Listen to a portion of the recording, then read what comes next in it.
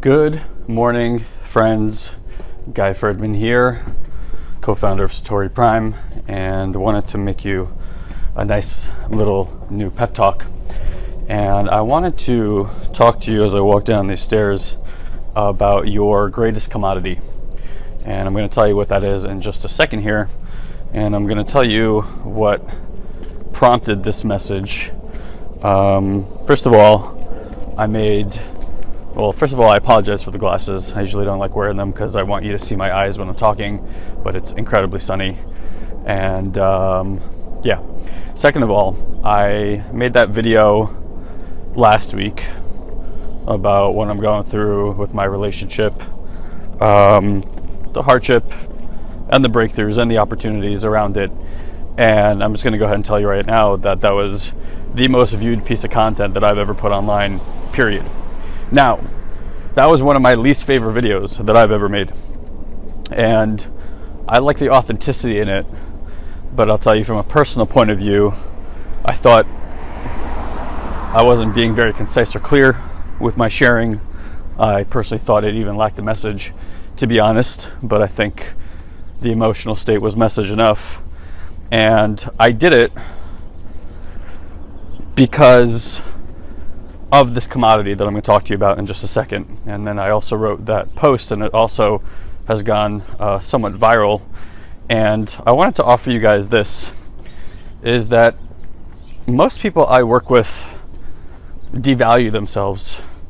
And I don't mean just a little bit, but I mean a whole lot. You know, we talk about confidence and self-acceptance and all these different kinds of things, but how many of us actually have either one of those things? Or at least a lot of it.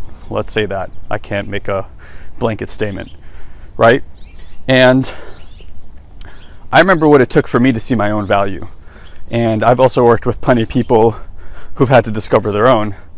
And I know from my own experience that personal value tends to be a function of somebody who sees value in it, sees value in you, and kind of like speaks that into existence with you until you personally believe in yourself. Now, this commodity I'm talking about is your authenticity. Okay, and that kind of harbors back to those videos that I made, and it's why I posted it, is because as I go around the world and I teach and I stand in front of rooms and I make content and videos that people connect with, time and time again, the most provocative things that I've created have just been things that have been just really real and raw. A lot of people will tell me that I speak fast. I agree with them. A lot of people will tell me that I'm humble. I agree with them. I do. But when I speak from my heart, if we want to make that distinction, which is what I think that video was really about, that was just me really being in a heart space and sharing openly, people will just tell me that. They're like, you're all heart, you're all heart. And I agree with them too in that space. And I've spent the last 3 years working very diligently on how to open that part of myself and going from my head and only using that thing to actually using my heart and following it and using it as language. So I'm telling you right now that this commodity you have is your authenticity. And that authenticity, like all things in life, when we transmit knowledge from one another, we do it via story. So you have this story, and humans are these funny little creatures because we're just full of contradictions all the time. We have all these belief systems that we don't even adhere to in our own lives. And one of these things is that humans seek attention. I don't know about you guys, but everyone I've pretty much met most of my life, more or less, is looking for some kind of attention. You know, if you got good grades in schools, yeah, you can see I didn't get good grades in schools. If you got good grades in school, you know, you're probably trying to get some kind of approval from mom and dad. You may have even continued on to a master's program or a bachelor's degree, and maybe you're still in school and you're still trying to get that next degree or whatever it is. But we all do things to try to get approval all the time, and then somebody will come up to you and give it to you, and give you it usually in a form of some kind of compliment about how you look or how great you are or you're whatever, this or you're that. And in that moment, after all this time of trying to get attention, you turn into a peanut and you cower and you shrink in the face of someone giving you a gift.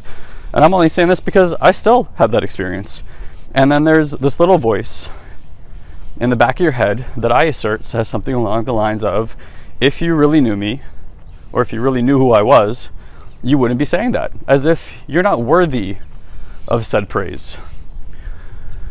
And that's always an interesting thing to me, because right behind that saying that you tell yourself is this story. And this story is the one that you don't say. My story used to be about my depression and my suicide. I never talked about it because I was ashamed of it. I thought if you knew that I went through this rough patch in my life, that you'd think I was a broken person and there's something wrong with me and I wasn't supposed to go through all that, but I did.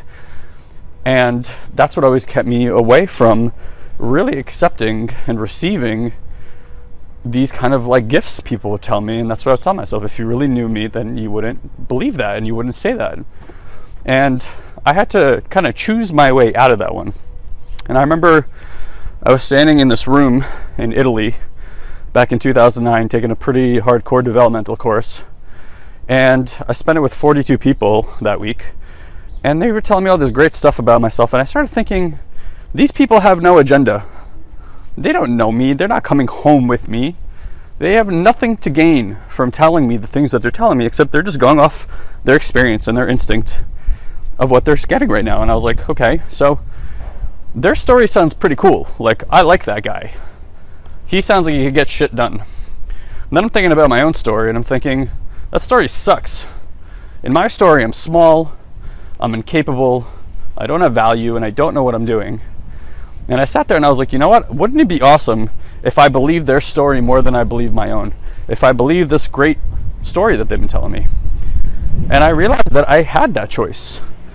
Who's to say that my story was any more real or any more fake than the story that they were telling me? So that day, let me let this car drive by. That day, I decided, or I chose rather, that their story is true. And then I'm going to live into that story as if it was more true than the story that I had made up about myself. And the darndest thing happened, because right after I did that, I started telling my story, the one that I didn't want to tell anyone before, because I thought if they knew about my depression, about my suicide, and all that kind of stuff, that they would head for the hills. And the darndest thing really did happen, and that's that everybody I told that story to suddenly wanted to be around me. It was the exact opposite of what I thought would happen. It was like being honey to bees. And I suddenly became this valuable person. And I did nothing more than authentically share about something that happened in my life, that I experienced, and the breakthrough that I had from it, basically. And I'm asserting that your number one commodity in your life is your ability to authentically share your stories, those ones that you really don't want to share, those ones that you think people will judge you for, are the ones people will want to be around you for. And if you don't let people in, then you're kind of pushing them out, and then you're going to make them wrong for it, and that just doesn't work. So I'm challenging you today that next time somebody tells you something great about yourself, or if you can remember the last time somebody told you something great about yourself, and you thought to yourself, I don't deserve that, because if they knew me, they wouldn't say that. I want you to challenge yourself to get present in that moment, and then think to yourself, what's the story behind that? Why do I have that belief? Why don't I believe that I'm great? And then once you have that story, I want you to consider and experiment with and take on that what they told you is more true than what you know about yourself. Guys, we are terrible at seeing reality for what it is. We have an incredibly filtered, subjective view of ourselves. And this is a really good exercise to do with people you just meet. Because people you just meet, again, they don't have an agenda. They don't even have a past. They have no filter on you. All they have is going off their intuition and the experience that they're having of you. And whatever they tell you is just a feeling. And I feel like you can trust those feelings more than sometimes you can trust even the people in your life. You could go ask your mom for an opinion or some friends, But guess what? They have a lot of past with you, and it's filtered based on their own experiences and inhibitions and things and stories that have happened in their life that they've reflected and mirrored back on you that might not even be part of the truth. So, I don't claim that anything I ever say is the truth. It's just a way of looking at things so that you can expand your mind to start believing in alternate realities that exist and possibilities that exist for you, so that you can empower yourself that if that reality is better than the one that you're currently adhering to, you can choose it. And that's really all I care about, is that you have a choice. You have a say in the matter of how your life goes, of how you show up and who you transform yourself to be. None of us, whether you're speaking spiritually or scientifically anymore, or through religion, need to have the belief that who we are is who we have to be tomorrow. Neuroscience is very clear on neuroplasticity, meaning that you can completely reprogram your brain. Genetics have found that yes, while genetics do play a role in hereditary traits and how we show up in life and characteristics, that at a certain age, you can start directly impacting your own genes through your thoughts, your beliefs, and how you study.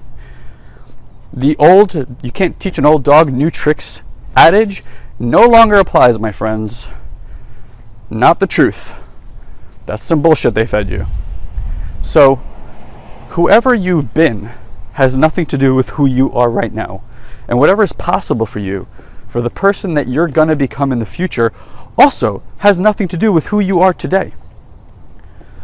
And if all you're doing is measuring up your success in your life based on what other people are doing, you're going to be fucking miserable. You just are. Because there's going to be somebody better than you, smarter than you, faster than you, sexier than you, always. Just how it is. Or at least subjectively, you'll probably think that, even if it's not true. The only measure I think you need to have in terms of your own success is, am I better than I was yesterday? When nobody's watching, am I still this person that I show other people in public? And if you're not, when people aren't looking, if you're being different in some way, guess what? Not authentic. I'm telling you guys, I shut down these videos, I go on webinars, I go and speak on stage.